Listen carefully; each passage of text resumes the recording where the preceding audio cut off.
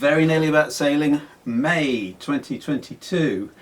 Right, this one is all about the holding tank, which I haven't finished because I got the opportunity to go away for a week or so this month, which was great just to sort of get. It's only the second time since lockdown I've actually managed to escape from here. So this is about doing the through hull and getting the important bit, the first part of the holding tank sorted out. Next month will all be about sort of fabricating the sides and stuff, but I've got the basic structure sorted out. Lucy has actually been out on a boat, but I can't show you any of the video because it was a super secret scientific research vessel, and I think they're going to put out an official video, so when I can share that with you I will. But let's get on first of all with the through hull. Right, so here's an interesting thing. This hole here, this is the head. This hole here was previously there simply as an inspection hatch, simply because, like a lot of people, and I think the last user probably put that in, you don't want any voids that you can't see. But what I'm going to do, because this is going into the V-berth, the in and out for the toilet was underneath there, underneath the V-berth. I've now moved, and I'll show you this better, you've seen it before but I'll show it a bit later. I've now moved the outlet, which is going to go from the holding tank to there, and the inlet here, just so I can get more room underneath. So this is where the old through hulls and seacocks were, which is way under the V-berth. If you go back past this post, that's about where the bulkhead is. That's the outlet. There, so I can use this. I was actually going to make that bigger because I want to put a seacock in there. Oops, sorry about that clank. I was going to make this bigger and put something like that in, simply because the other one you had to unscrew it and it was quite difficult to sort of get at, and I thought I want to encourage myself to open and close it as often as possible. But to be quite honest, I'm just going to neaten that up, I think, and leave that open. I'm going to leave it there so the seacock is easily accessible through there, and you can see whether it's on or off.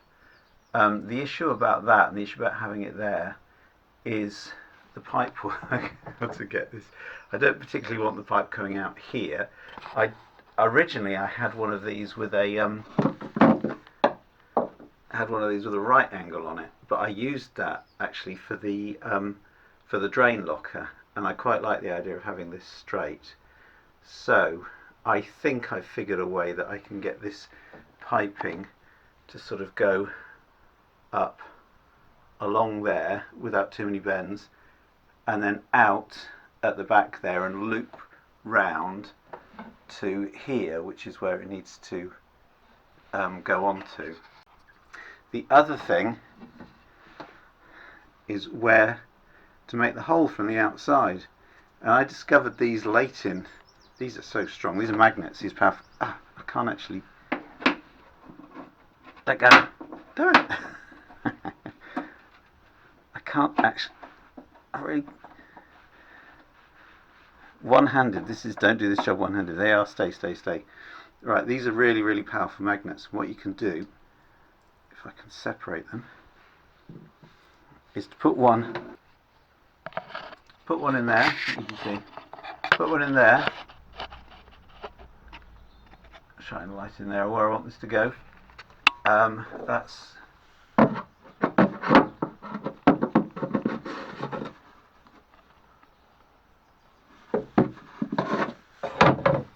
about right.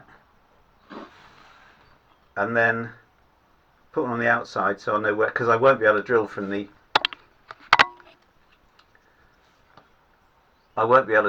inside here. No way will I be able to drill from the inside here. So, and I've marked these north and south, south pointing down. Oh, this is going to take a while. It should be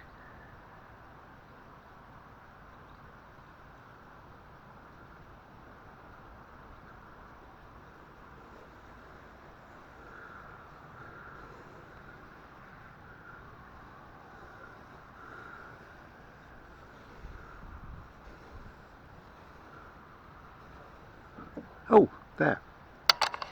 See, this is why this is so brilliant. It's actually there, and I was sort of hunting around there.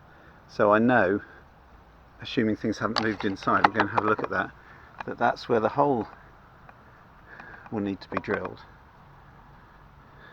which is about the same level as it was before, which all works out quite nicely. Right, it's very nearly time to drill a hole in the boat. So this is the wooden backing plate. I covered this in detail when I did the through hole for the waste products, but basically you can either use that laminated fiberglass stuff, I've forgotten what it's called, I'll put a note up, or wood. This has been absolutely covered in epoxy, it's really soaked in marine ply, and I've actually put a layer of fiberglass on it as well. So X marks the spot.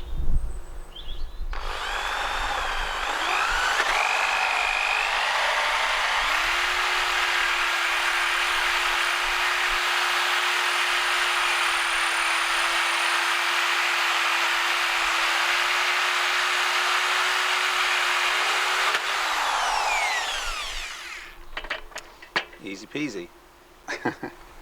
Just a quick aside, regular viewers will know that I go into ridiculous overdrive sometimes and over engineer things. What I've done, so this is what's going to go inside the boat, and the hole I've made for this, you'd say, well, that's a little bit too big. That's basically because I want to make sure it's packed out with as much epoxy as possible to keep any possibility of water ingress away from it, but that's obviously a bit too loose. So I've used one size on this and then a slightly smaller size for the actual through hole. I think this is sensible, but I think that's just about right. There's just perhaps about 3 millimeters gap, 2 millimeters, 1 millimeter, 1.5 millimeters each side. So that goes on there, then it's the hull, and then this on the top packed out. Does that make sense? As I say, I'm sure this is ridiculously over-engineered, or is it just, I don't know. Anyway, that's what I'm doing. So here we go. I haven't put any Sikaflex or CT1 on it yet. It's very much first fix. There's a few things I want to check out. So that's the inlet, there's the outlet, and just a couple of feet ago, that's where they used to be. There, you can see where the... so what a lot of faff to do that, but I would have had to replace the through hulls and the seacocks anyway, and now I've given myself a huge amount of space underneath the V-berth for storage and things, because those two things really did take up a lot of space, and I think it makes more sense. So it was a pain to do, but I'm really pleased I've done it now. Right, back inside, let's have a look at this on the inside, and then on with actually building the shelf bit, which is actually going to be an integral part of the holding tank. Right, a bit dark in there, so I'm trying to shine got a head torch, I'm trying to shine in there, but that fits in there quite nicely. I might put a perspex screen or something across there just to stop stuff getting in, but I like the idea of being able to see it, so I can just look at that and see if it's closed, then I can kind of reach in quite easily and open it.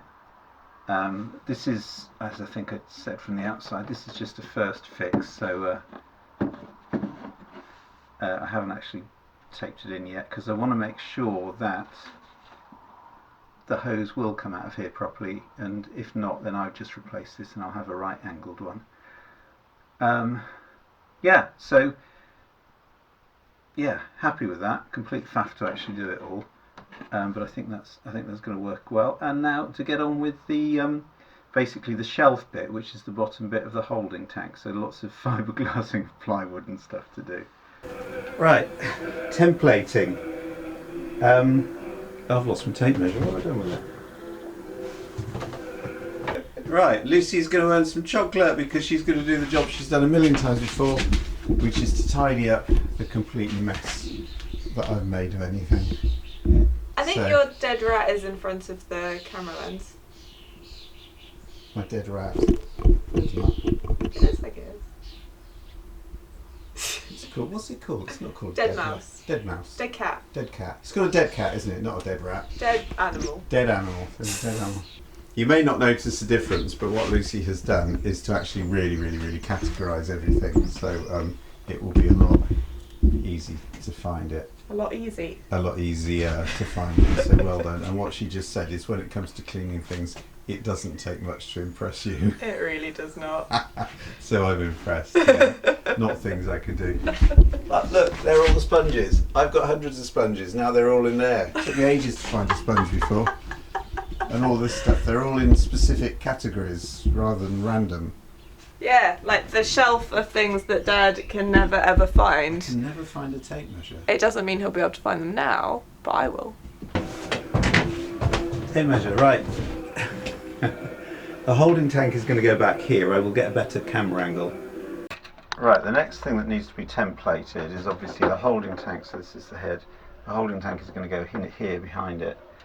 That's the seacock and through hole to take the waste out. That piece of cardboard is the minimum radius that this stuff can safely bend to. Does that really matter, you might say? Well, yeah, there's two things that you need to make sure you stick within engineering tolerances. One is aeroplane wings and the other one is pipes that carry effluent. Look back to myself and Lucy taking a walk in Portland where she used the wrong word at the wrong time if you want to know about what happens when an effluent pipe bursts. I think I've mentioned several times how brilliant these expanding pipe things are, which I think are to keep up net curtains. Because what I've done there is I've put that at the height, which is level with where that flange comes in, and also 30 centimetres from that part of the hull. And then I can test this, and the seat opens and stays open fine. And if I need a little clip on that, that's absolutely fine. I mean, spoiler alert, you have to sit down when you're using the toilet, whatever you do on a boat, otherwise things go horribly disastrously wrong very quickly. Now, just in case there's anybody who doesn't know how to do this, and I didn't before I started boat DIY, you need one of these, which you can buy a posh one or you can make something. So it's a piece of cardboard in this case, with a pointy bit that's where the felt pen sticks through. I've got my cardboard, which is not fitting against the wall at the moment, and what you do is you start at the bit where there's the biggest gap. I'm trying to do this without being in the way, and you simply keep everything at 90. Am I in the way? Sorry, I'll do this and then I'll show you how to keep this at 90 degrees to the side of the boat.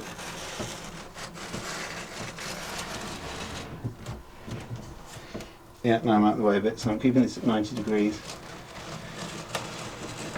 And the pen, because it's all parallel, simply follows the line of the boat.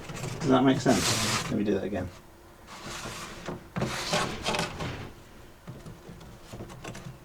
So you just move that and it draws the line, and it's drawing a nice curve, the same as the shape of the boat. And then obviously you need to do a little adjustment where it comes up to the end. So all you need to do is to cut that bit off that you marked out, and this should, I've bent a little corner here because I've got some wires going down. That should in theory simply slide into place.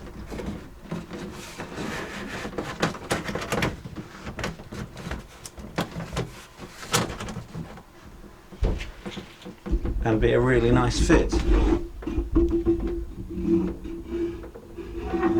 Which it is. So as I say, it's simple and you probably know it, but if it's something you don't know, it's almost impossible to do it. So there we go. You can see where that piece of cardboard there, oops, that piece of cardboard there sort of curves around, and that's where the, I can't point today, I've lost the ability to point. That's where the, that comes straight out of there. This is going to be the sort of shelf, but also the bottom of the holding tank. And what I've done is I've done it so that it's as low as possible under the constraints of the radius that I need there, and as far towards the camera as possible to get the biggest tank, with the constraints of being able to open that. Yeah. So yet to be decided is what shape that is there, because there's no reason that it has to be a rectangle, does it? I could actually make this, obviously I'm going to keep it as squared as possible to make it easier, but I think this should be about 60-70 litres. I'll do a calculation. Right, so I'm beginning to lose the light a little bit, but basically I'm going to plaster this with West System epoxy and that one, and I'm going to stick them together so that there will be a layer of fiberglass between. I could probably get away with none, probably get away with one easily, but I'm going to do it the same way that I know I did it before and it worked very well, and this will give an extremely strong shelf. Right, so this is the idea, is this is like the sort of shelf. This will be the back of the boat here, and then I've cut and shaped quite carefully, but they're going to be more carefully shaped, these which are going to be glued and screwed on either side. I made a bit of a mistake with this one because I forgot, I took ages carefully profiling this and forgot that actually I need a gap there for the cables. Yeah, so do it the right way. So there's a whole hunk that needs chopping off, but it doesn't matter because I'm actually going to have something at the back here, and that's the hole for the waist, and the rest of it's going to be built on the top of here. I think that makes sense. So anyway, let's get this sword, these fitted temporarily, and just show you what it looks like inside the boat. Right, so you can see there it's fitted in quite nicely. I've cut the bit out the back so the cables can go down. Deliberately made an extra bit here because that's a lot thinner, and although that's plenty strong enough, and I will strengthen that up. This is going to be demountable. I'm probably going to put coach bolts or something through here and some straps at the top, so if there really is a problem I can take that off and replace it with something. I've drilled a hole for this. It needs to be at a slight sort of angle under there, and I'm going to do that with, so if that was the bottom, it would kind of, it's not like that, it's kind of like that, because the, I hope I don't accidentally cement in upside down. But I'm going to test that out with some actual of the proper tubing, because I want to have as little strain on it as possible. Anyway, that's it for the time being. You can see that the actual box part is not going to be a square. I'm going to make the most out of the volume that I can, get it up probably to, I don't know, I need to calculate how high I can go, because obviously I need an inspection hatch and places to put other bits and pieces in. But that's it for this month. Run out of time.